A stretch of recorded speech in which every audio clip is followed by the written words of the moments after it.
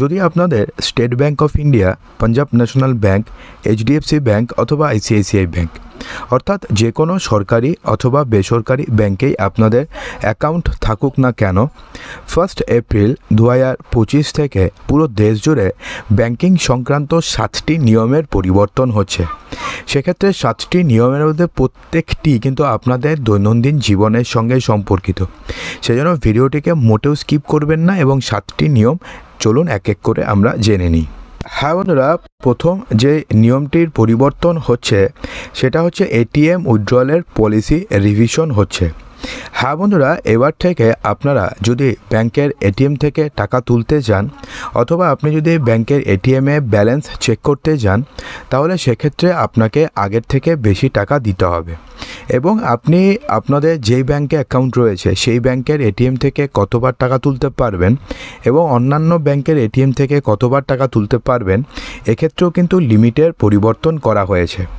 হ্যাঁ বন্ধুরা, এবার থেকে আপনি যদি আপনার নির্দিষ্ট ফ্রি লিমিটের বাইরে যদি আপনি ফিনান্সিয়াল ট্রানজাকশন করেন, তাহলে আপনাকে প্রতি ট্রানজাকশন পিছু 2 টাকা এক্সট্রা চার্জ দিতে হবে।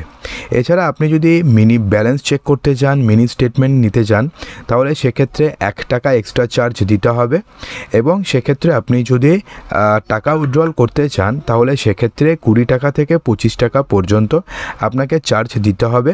সেক্ষেত্রে আপনার কোন ব্যাংকে অ্যাকাউন্ট রয়েছে এবং আপনি কোন ব্যাংকের এটিএম থেকে টাকা তুলছেন তার উপর ডিপেন্ডেন্ট করে। তো এরপরে যে পরিবর্তনটি হচ্ছে সেটা হচ্ছে মিনিমাম ব্যালেন্স নিয়েও একটা বড়সড় পরিবর্তন হচ্ছে। বন্ধুরা, আপনারা যদি স্টেট ব্যাঙ্ক অফ ইন্ডিয়ার অ্যাকাউন্ট হোল্ডার হয়ে থাকেন অথবা পাঞ্জাব ন্যাশনাল ব্যাঙ্ক অথবা কানাড়া ব্যাঙ্ক, তাহলে তারা তাদের মিনিমাম ব্যালেন্সের পলিসিতে চেঞ্জ করেছে।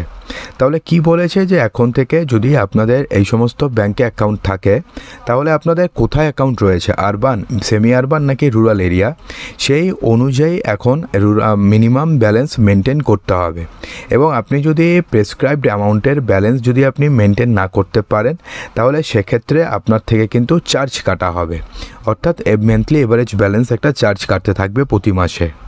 এরপরে যে পরিবর্তনটি হচ্ছে সেটা হচ্ছে পিপিএস সংক্রান্ত নিয়মের পরিবর্তন হচ্ছে। তো এখন থেকে reserve bank of India positive pay system mandate করে দিয়েছে এবং বিভিন্ন ব্যাঙ্ক কিন্তু এই অনুযায়ী তারা তাদের সিস্টেমকেও আপগ্রেড করে দিয়েছে। তো সিস্টেম সিকিউরিটিকে এনহান্স করার জন্য যাতে প্রত্যেকটি ট্রানজাকশন কোনো রিস্ক ফ্রি হয়, তো সেই কারণে এখন থেকে চেক পেমেন্ট 5,000 টাকার ওপরে যদি আপনি কাউকে চেক দেন, তাহলে সেক্ষেত্রে আপনাকে এখন থেকে পজিটিভ পে সিস্টেম করে দিতে হবে। পজিটিভ পে সিস্টেম মানে কি, বিভিন্ন ব্যাংকের যে অ্যাপ রয়েছে সেখানে পিপিএস বলে একটা অপশন পাবেন। সেখানে গিয়ে আপনাকে কি করতে হবে, আপনি যেই চেকটি আপনি ইস্যু করেছেন সেই চেক নাম্বার দিতে হবে, সেই চেকের ডেট দিতে হবে, পেই নেম দিতে হবে এবং অ্যামাউন্ট বিফোর প্রসেসিং, অর্থাৎ অ্যামাউন্ট সেখানে আপনাকে আগে দিতে হবে চেক দেওয়ার আগে। চেক দিয়ে দিলেন, এগুলো আপনি এন্ট্রি করলেন না, পিপিএস করলেন না, সেক্ষেত্রে কিন্তু আপনার অ্যাকাউন্ট থেকে টাকা ডেবিট হবে না এবং আপনার অ্যাকাউন্ট থেকে কিন্তু চার্জ কাটা হবে। এরপরে যে পরিবর্তনটি হতে চলেছে সেটা হচ্ছে এনহান্সড ডিজিটাল ব্যাংকিং ফিচার। হ্যাঁ বন্ধুরা, ডিজিটাল ব্যাংকিং ফিচার্সকে এনহান্স করার জন্য এআই পাওয়ার চ্যাটবোট এবং ইমপ্রুভড মোবাইল ব্যাংকিং সার্ভিস এখন শুরু করতে চলেছে প্রত্যেকটি ব্যাংক। অর্থাৎ এআই পাওয়ার চ্যাটবোট মানে কি, আপনি একটা নাম্বারে ফোন করলেন, তো এআই যে থাকবে সেই আপনার সমস্ত সমস্যার সমাধান করে দেবে।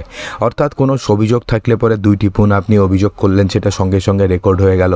অথবা আপনি যদি ব্যালেন্স চেক করতে চান তাহলে 1 টিপুন, মানে এইরকম যে এআই পাওয়ার যে চ্যাটবটগুলো রয়েছে সেগুলো ইন্ট্রোডিউস করতে চলেছে, যাতে আপনাদের ডিজিটাল ব্যাংকিংয়ের যে ফিচার্সটা থাকে সেটা যেন আরও এনহান্স করা যায়, সে কারণে হচ্ছে। এবং 2 ফ্যাক্টর অথেন্টিকেশন হবে এবং বায়োমেট্রিক ভেরিফিকেশন হবে, যাতে আপনার যে ডিজিটাল প্রসেস বা ডিজিটাল ট্রানজাকশনকে প্রোটেক্ট করা যায় এবং সেটাকে যেন আরও স্ট্রেনথেন করা যায় সেই কারণে। এরপরে যে পরিবর্তনটি হচ্ছে সেটা হচ্ছে সেভিংস অ্যাকাউন্ট এবং ফিক্সড ডিপোজিট অ্যাকাউন্টের ইন্টারেস্ট রেটে পরিবর্তন হচ্ছে। হ্যাঁ বন্ধুরা, এখন থেকে আপনি ব্যাংকে কত টাকা রাখছেন অ্যাকাউন্ট ব্যালেন্সের উপরে ডিপেন্ড করে আপনারা হাইয়ার ইন্টারেস্ট রেট পাবেন এবং কম ইন্টারেস্ট রেট পাবেন। Leading bank such as SBI, IDBI bank, HDFC bank, Indian bank, Punjab and Sindh bank তারা একটা নতুন স্পেশাল FD টেনুয়ার তারা ইন্ট্রোডিউস করেছে, যেখানে অ্যাট্রাকটিভ ইন্টারেস্ট রেট পাবেন। অর্থাৎ ধরুন 400 দিনের, 300 দিনের এই সমস্ত কিছু অ্যাট্রাকটিভ যে স্পেশাল FD স্কিম লঞ্চ করেছে, যেটা বিভিন্ন ব্যাংকের চলছে এবং কিছু ব্যাংক কিন্তু ইন্ট্রোডিউস করেছে। সেই সমস্ত স্পেশাল FDতে আপনি যদি টাকা রাখেন তাহলে আপনি বেশি ইন্টারেস্ট রেট পাবেন। এছাড়া কি বলা হয়েছে যে কিছু ব্যাংক একটা নতুন ফেসিলিটি শুরু করতে চলেছে, সেখানে আপনার কত টাকা ব্যালেন্স রয়েছে বা কত টাকা আপনি FD করবেন সেই টাকার উপরে ডিপেন্ড করে ইন্টারেস্ট রেট ঠিক হবে। ক্রেডিট কার্ড ফেসিলিটির কিছু বেনিফিটও চেঞ্জ হচ্ছে। বিভিন্ন ব্যাংক যেমন state bank of India, IDFC first bank তারা মডিফাই করছে তাদের কো-ব্র্যান্ডেড যে ভিস্তারা ক্রেডিট কার্ড রয়েছে, তারা তাদের কিছু বেনিফিট 1 এপ্রিল থেকে চেঞ্জ করছে। তার মধ্যে কি রয়েছে, perks such as complimentary ticket voucher, renewal bonuses and milestone rewards will be discontinued, অর্থাৎ এই সমস্ত কিছু ডিসকন্টিনিউ করে দেওয়া হবে। Axis bank will implement similar changes for its Vistara credit card holder starting from 18th April. ঠিক আছে, তা ইউপিআই ট্রানজাকশনের পলিসিও কিন্তু চেঞ্জ হচ্ছে। এবং ধরো 1 এপ্রিল থেকে bank will begin removing mobile number linked to inactive UPI account from their records. অর্থাৎ 1 এপ্রিল থেকে যেই সমস্ত মোবাইল নাম্বার বহুদিন থেকে ব্যবহার করা হয় না, সেই সমস্ত মোবাইল নাম্বার দিয়ে যে ইউপিআই আইডিগুলো রয়েছে, সেই সমস্ত ইউপিআই আইডিগুলোকে ব্লক করে দেওয়া হবে। তো সেক্ষেত্রে আপনারা যদি আপনাদের ইউপিআই আইডি ঠিক রাখতে চান তাহলে কিন্তু 1 এপ্রিলের আগে অ্যাটলিস্ট একটা ট্রানজাকশন করে দিন।